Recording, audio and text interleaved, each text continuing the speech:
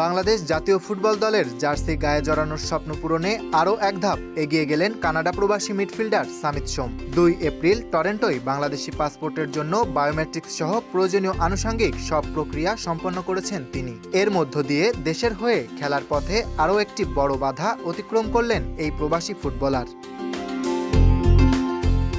এর আগে জাতীয় দলে খেলার প্রথম শর্ত জন্ম নিবন্ধনের কাজ শেষ করেছিলেন সামিত। সবচেয়ে গুরুত্বপূর্ণ বিষয় ছিল কানাডা ফুটবল অ্যাসোসিয়েশনের ছাড়পত্র, যা তিনি পেয়েছেন 1 এপ্রিল। এখন কেবল ফিফার প্লেয়ার্স স্ট্যাটাস কমিটির চূড়ান্ত অনুমোদনের অপেক্ষা। সেটি পেলেই বাংলাদেশের হয়ে আন্তর্জাতিক ম্যাচে মাঠে নামতে পারবেন 27 বছর বয়সী এই মিডফিল্ডার। আগামী জুনে এএফসি চ্যাম্পিয়নশিপ বাছাই পর্বে সিঙ্গাপুরের বিপক্ষে গুরুত্বপূর্ণ ম্যাচ খেলবে বাংলাদেশ। পাশাপাশি একটি প্রীতি ম্যাচ আয়োজনের পরিকল্পনাও রয়েছে বাফুফের।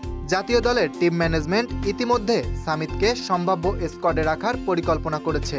সময়মতো পাসপোর্ট হাতে পেলে 10 জুন ঢাকায় অনুষ্ঠিতব্য ম্যাচেই তার অভিষেক ঘটতে পারে। সামিত সোম বর্তমানে কানাডিয়ান প্রিমিয়ার লিগের দল কালাভরি এএফসিতে খেলছেন। 2016 সালে কানাডার অনূর্ধ্ব 20 এবং 2018 সালে অনূর্ধ্ব 21 দলের হয়ে খেলেছেন যথাক্রমে 7 ও 4টি ম্যাচ। 2020 সালে কানাডার জাতীয় দলের জার্সিতেও মাঠে নেমেছেন 2টি ম্যাচে।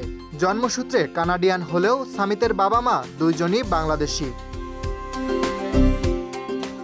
এর আগে ভারতের বিপক্ষে হামজা চৌধুরীর অভিষেকের পর সামিতও প্রকাশ করেন বাংলাদেশের হয়ে খেলার আগ্রহ। এরপর থেকে তাকে জাতীয় দলে অন্তর্ভুক্ত করার কার্যক্রম শুরু করে বাংলাদেশ ফুটবল ফেডারেশন।